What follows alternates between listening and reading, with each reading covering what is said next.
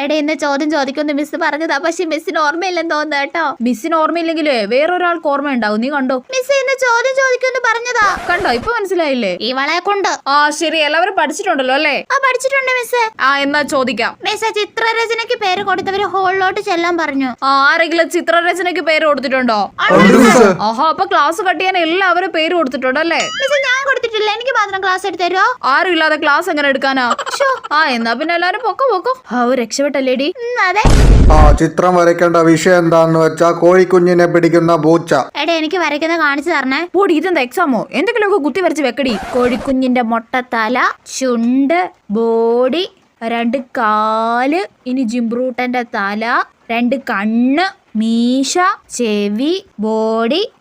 ഇപ്പൊ set. Sir വരച്ചു കഴിഞ്ഞു. ഓരോന്നൊക്കെ ചിത്രരചനയ്ക്കൊന്നും പറഞ്ഞ് ക്ലാസ് കട്ട് ചെയ്യാൻ വേണ്ടി വന്നോളും. എണീറ്റ് പൊക്കോണം. വാടി പോവാം.